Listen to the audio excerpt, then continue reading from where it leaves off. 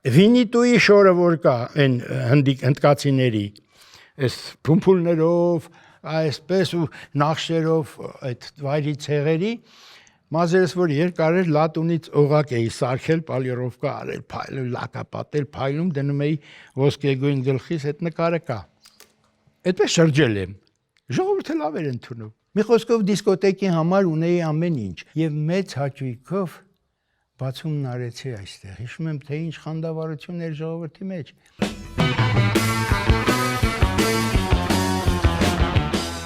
Սովետի ժամանակ նույնիսկ այնպիսի երգեր եմ դրել, որ արգելված էին։ Օրինակ Սախարութի երգերը, որ իրեն լրիվ այդ տարիներին արգելել էին, ես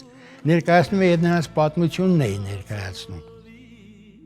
Սա էր կարևորը դիսկոտեկի իմաստը սովետական միության մեջ։ Դրսում այդպես չէր։ Ես որ լինում եմ Եվրոպայի տարբեր քաղաքներում այնտեղ ուրիշ էր, այնտեղ DJ-ը այլ կերպով հարում, կարողա բղավի ես, ինչ իսկ ես այստեղ միայն միկրոֆոնն էի ֆռացնում, այսպես դուրները գալիս էր, ցապ էին տալիս։